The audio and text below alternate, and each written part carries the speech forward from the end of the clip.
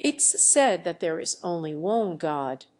The anthropomorphic personification of death was a staple in Western culture long before he, or it appeared in modern media.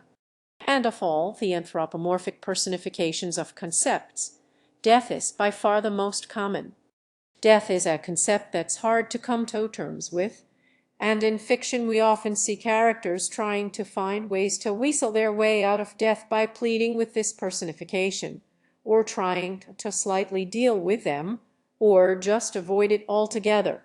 Sometimes death him or herself gets a character arc, but for the most part, stories with death the character aren't about death, but who is confronting them. So, unlike, say, Captain America or Starscream, this concept is extremely broad, and the characterization is extremely varied in interpretation. So, since this character and this topic is so broad, instead of doing it chronologically like I normally do, I'm going to do it a little bit differently this month. So, let us now take a merry jaunt through some of the many pop culture iterations of death. The traditional image of death nowadays is that of a dude in a large billowing black cloak and usually with a scythe. The first attested use of the term the Grim Reaper was in 1847, hence the scythe. He harvests souls. This interpretation is the most recognizable and is therefore the most common here in the West. So, history. Hades was the lord of the dead, but Thanatos was death itself, not Hades.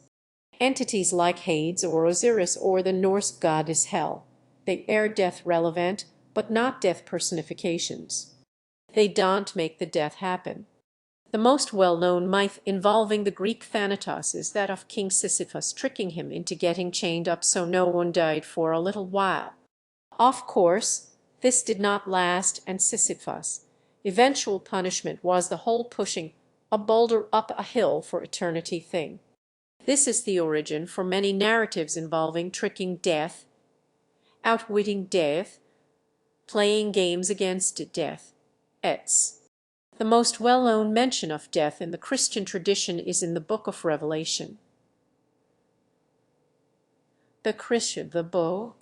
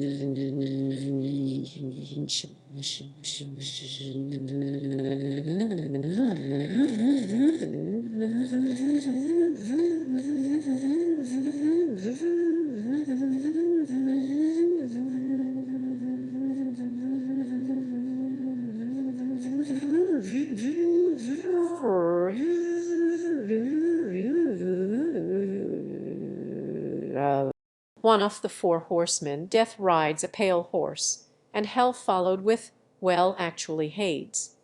Remember how the Bible had some, like translation wonk, which we went over back in the Hades episode. This is that. Continuity. Anyway, the four horsemen are really common. We basically gonna skip over that. Usually, death takes the form of a pale dude or a skeleton dude. Usually.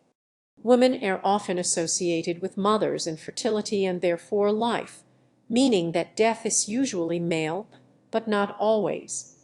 In Polish, the word for death is feminine, because some languages gender their nouns, and therefore the Grim Reaper was, too.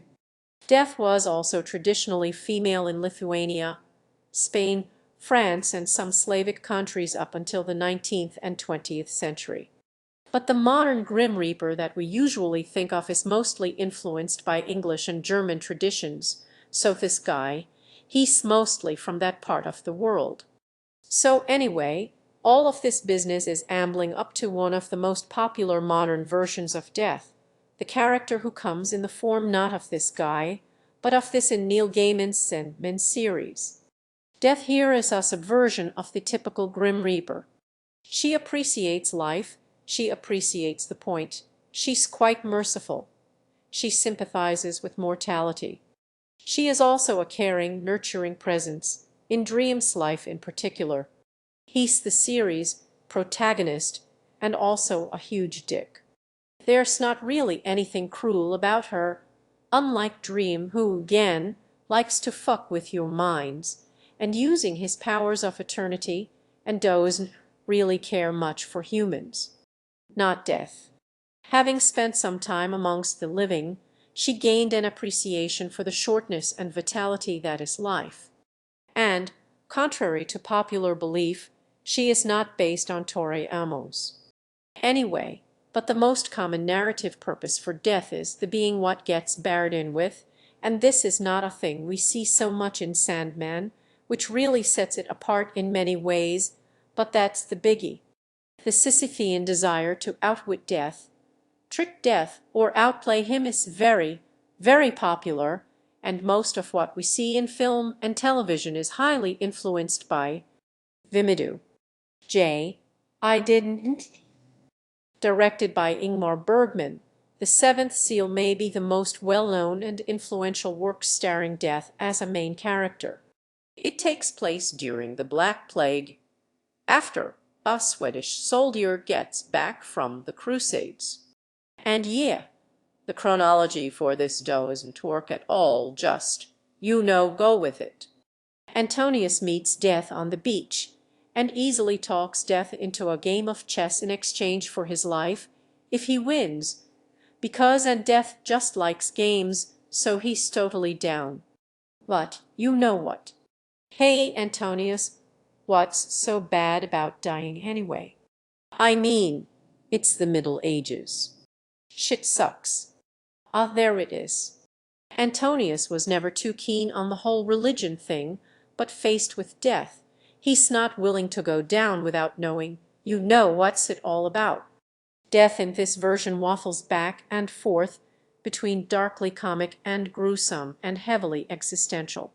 There's one point where Death shows up to collect some other guy who's not Antonius, and he tries to talk Death out of it, but casually, like he's asking for an extension for filing his taxes. In the end, Antonius loses the game, and Death comes for not only him, but his entire entourage, all of whom react differently to meeting Death: incredulity, despair, even happiness. This version of Death, as in the same guy from The Seventh Seal, actually shows up again in Last Action Hero. The entire conceit of this film is characters coming to life. So someone puts on Seventh Seal, and then, whoop, there he is, and now he's played by Ian McKellen, and oh me God, he's so Ian McKellen. He's not on any of my lists. He just seems to be like following them around to talk with them. I was only curious. So why are you? So why are you?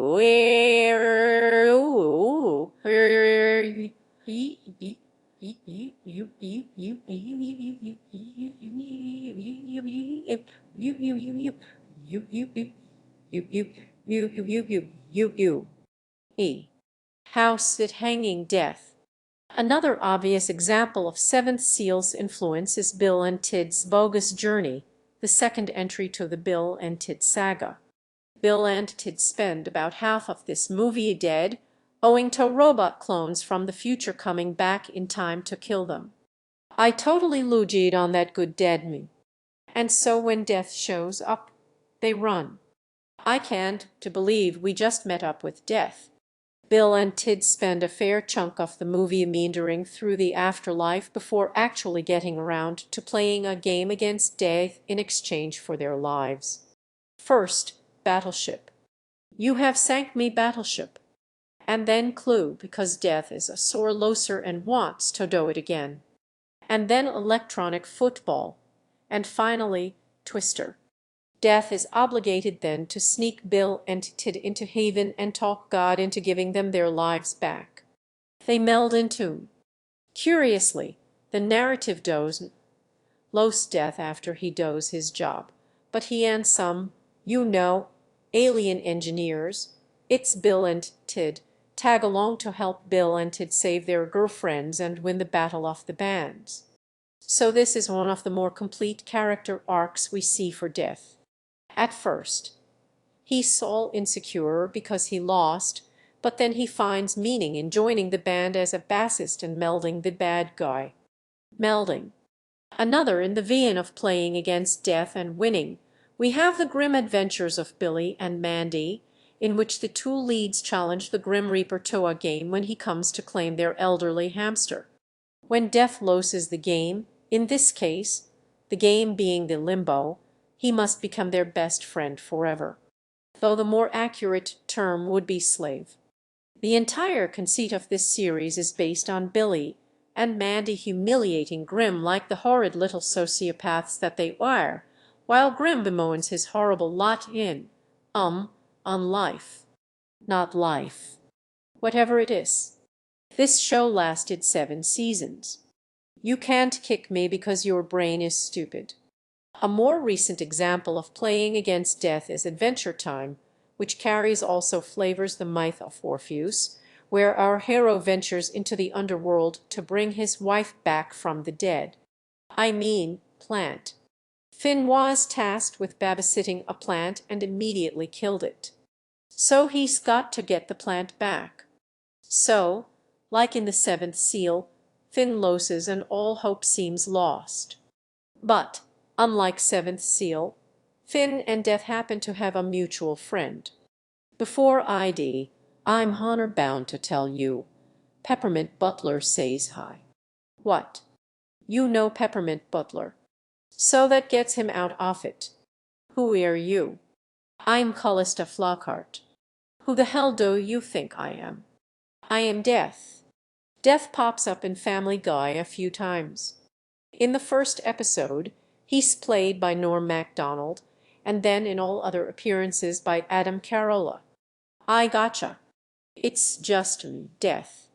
I am here for the body. The first time he shows up is an episode where Peter fakes his death, which in turn makes the real Death decide that, okay, that sounds legit. Time to come with me. But when Death sprains his ankle, Peter has to fill in for him. So through this, Peter gets out of dying, and Death shows up on occasion to answer, like existential questions, and of course makes Seth MacFarlane jokes. So outwitting Death or making some deal with him is really common. But if you aren't playing a game with Death or making some kind of deal with him, maybe you re just straight up trying to escape him. If I don't watch out, if I let down even for a moment, he'll get in.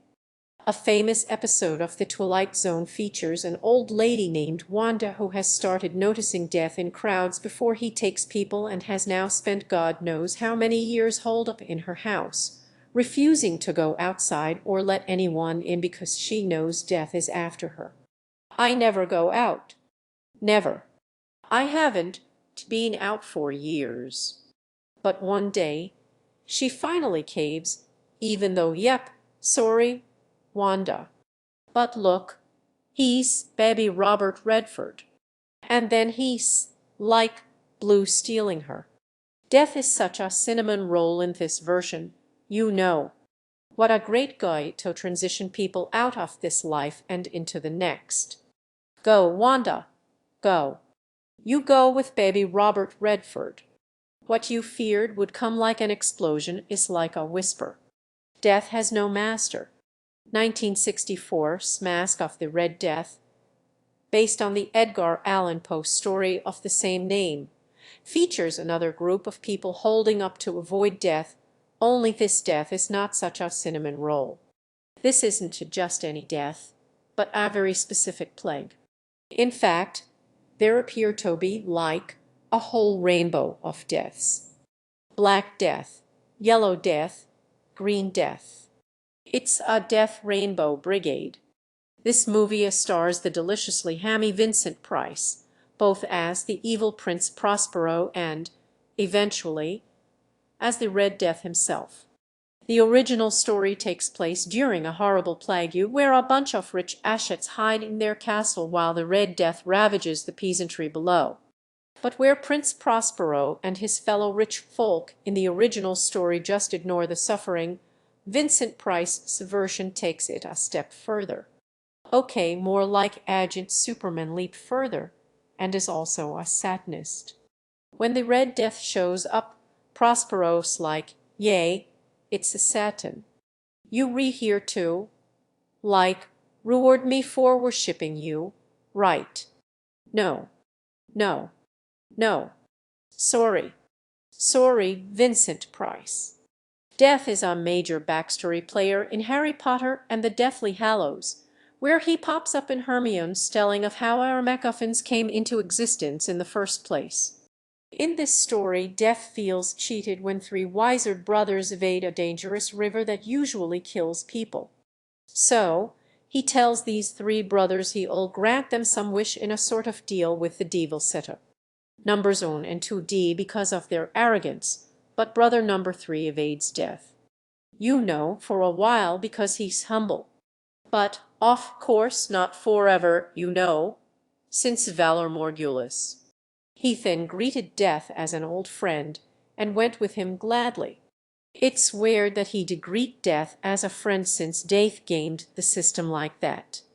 Well, maybe he thought his brothers were dicks, too. Elise. The death feels cheated motive is more central to the plot of the Final Destination series in increasingly goofy ways. You can just drop fucking dead. Oh, here, death falls less on the human end, more off like a devious, translucent swoosh than on legit personification. But death is an antagonist that schemes and has a presence, so I am counting it. Death gets cheated out of Devansawa and his buddies in the first movie. It was an accident. In Death, there are no accidents and no escapes. Throughout the series, some of the characters manage to contrive some ways to escape Death's plan.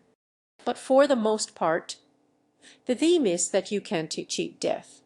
And if you do evade Death for a time, your resulting eventual death will be ridiculous. I am Death. Yes, well, the thing is, we've got some people from America for dinner tonight. Who is it, darling? It's a Mr. Death or something. He's come about the reaping. Monty Python's meaning of life is in that dogless Adamsian tradition of exploring human existence through absurdist comedy. The joke here is mostly about people's inability to face uncomfortable truths. Good evening. This is Mr. Death. This is a big theme in British comedy. The Grim Reaper. Hardly surprising in this weather. Another popular concept in recent years is that of there being a bunch of reapers on, like a peril and death being this big bureaucratic enterprise. In Dead Like 'em the dead sometimes become Grim Reapers, and it's treated like a mind-numbing 9 Tominus 5 scenario, playing what amounts to indentured servitude as a, like, bad temp agency or something. This is rude. He's my boss. He's undead too. Reapers here don't appear to have much in the way of powers. Why couldn't we have taken a cab? They can't walk through walls or float or anything. And they just take souls. Things called gravelings appear to do the actual work of killing. Come on. Shit. This show has a tone problem. Moving on. In the Anime Black Butler, we see an even more explicitly bureaucratic organization. This one almost Men in Blackie with the way it goes about things. It's just a job, and there is no place for emotion in a job. And these guys were never human, and when people die, they just come and collect souls. And souls come out like celluloid, this being all their memories. They each get a scythe, often anachronistic, like the celluloid roll with it. Also, this guy is the most popular of the Reaper characters, or maybe any of the characters by a lot. I'm the queen of the Reapers, the ripest fruit there is. Oh, Japan. And no, this isn't just coding. This guy has a huge crush on the titular butler. At last, our amorous adventure can begin anew. Death sometimes has motivations other than his or her job. We often see Death wanting to learn about a thing, or understand a thing. I could introduce myself properly, but it's not really necessary. You will know me well enough and soon enough, depending on a diverse range of variables. In the book, The Book Thief, Death wants to contextualize a specific life, that of Liesel, who was a German schoolgirl during World War I, and who he saw a lot in that time, since she was in Germany during World War I. This is a first-person narrative by a character who is not the main character, like The Great Gatsby or Heart of Darkness. And Death is not in the story at all, unlike those previous two. So, obviously, since it's a point of view thing in a story in which Death is not a character, like he doesn't to show up or give Liesel helpful advice or, make her a dress to wear to the ball or something, this works way better in the book than in the film adaptation. But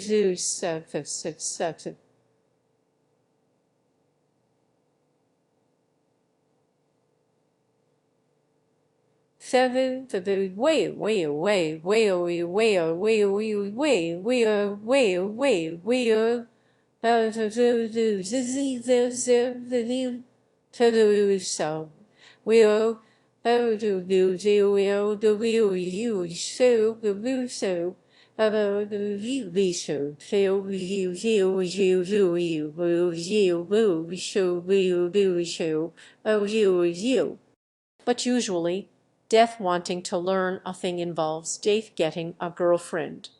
Before we go into that, let's talk about the Death and the Maiden. Death and the Maiden was a popular art motif dating back to the 18th century. Ludwig Gleim wrote a poem called Enden Tod, or To Death. Gleim is mad at Death because his, girlfriends keep dying.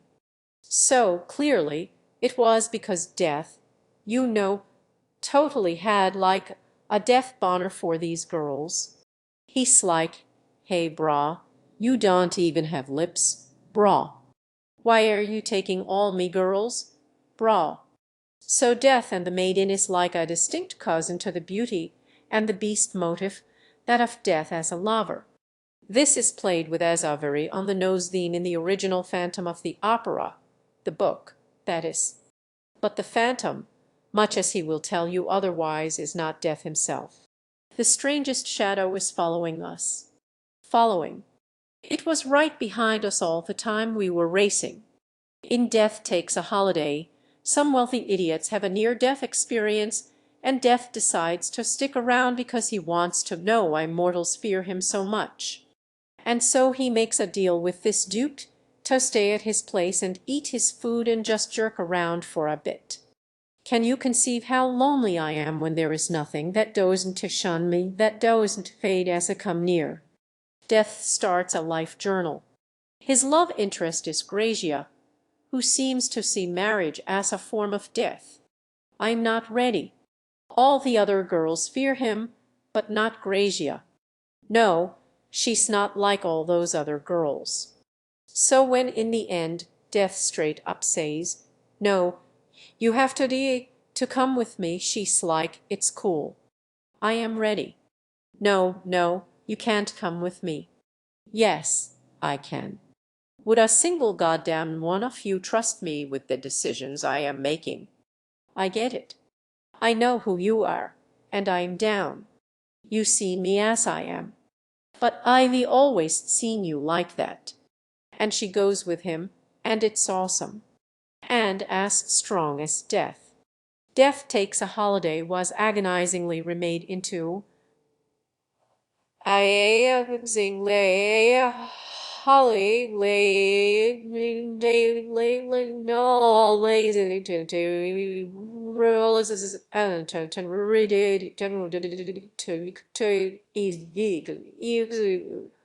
It is twice as long. Kill everything. It's ironic how much this movie makes you long for death. You'll long for day. In this version, Death gives Anthony Hopkins some more time for putting up with him. The original works a lot better, because the characters are all dancing around on the weird formalities of European aristocracy. So everyone's weird and stilted and unnatural, but it makes sense. Here, it's just, "Joe, you do get around. That's your name. And isn't it a lovely one? So sturdy, so straight." Stop it. The Monty Python scene was more realistic. Mr. Death is a reaper. The maiden in this movie does not follow Death into the great beyond. The sexy body Death took in the form of Brad Pitt pops back to life, and the lady goes, "Okay, I'll settle." So on top of being agonizingly long and boring, this one is.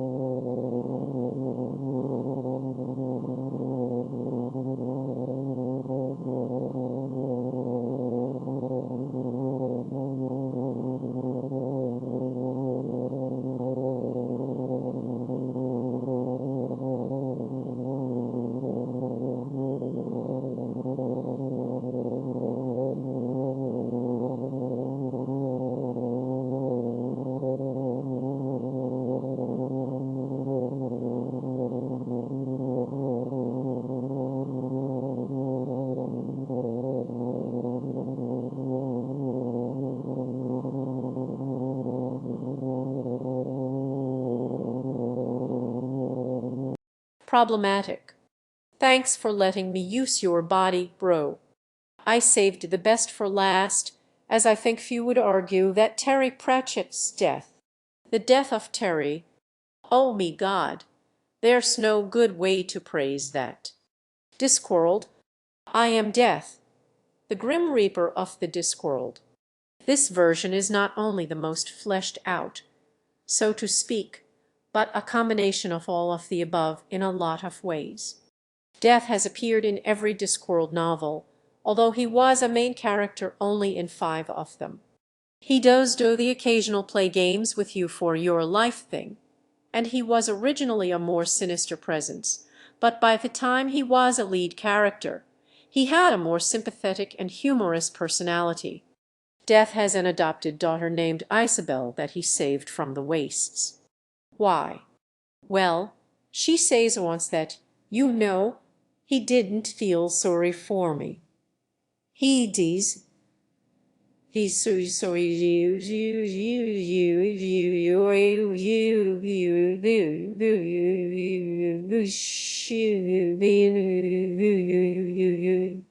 He never feels anything. He probably thought sorry for me. This is in no way supported by the narrative, as Death clearly feels lots of stuff. Ennui, affection, regret, ennui. He's real big on the ennui. I need to imbibe vast amounts of alcohol. Vast. Herman's. I need to forget. But the real relationship that makes this version unique is to his granddaughter through Isabel, Susan Stohelin. Would you like a drink before you go? A cup of cocoa would be appropriate in the circumstances.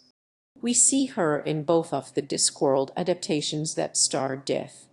Terry Pratchett's Hogfather, wherein he is voiced by Ian Richardson, and Soul Music, where he is voiced by Christopher Lee, and it is adorable. You haven't got a kiss for your old granddad. The problem with both of these is that they are 3 hours long each. In Soul Music, Susan has to take over Death job while he's out trying to deal with all those emotions he totally doesn't feel. I may have allowed myself a flicker of emotion. I can give it up any time I like. Terry Pratchett's Hogfather features a similar premise, where Death has to stand in for the Discworld Santa equivalent. You re-supposed to say thank you. Thank you. And be good. This is part of the arrangement. Part of the arrangement. Yes. Then we have a contract. Both of these are a slog to get through because there's so much extraneous in there. This works way better on the page, but the truth is, like for both of these Death's portions are priceless and wonderful. It is unfair. Well, that's life, isn't it, Margery? But I'm not. Terry Pratchett has gone on record as saying that he's received letters from terminally ill fans in which they hope that Death will resemble the Discworld incarnation. And he's also said that those particular letters usually cause him to spend some time staring at the wall.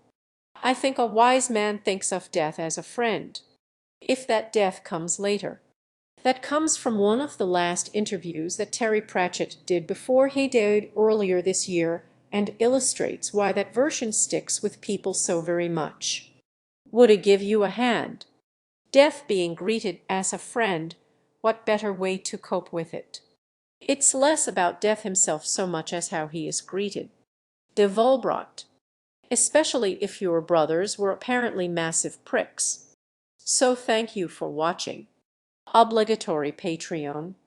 Not gonna be a vote this time because, like he said last time, this one's going to be me choice, which I will do every 5 episodes.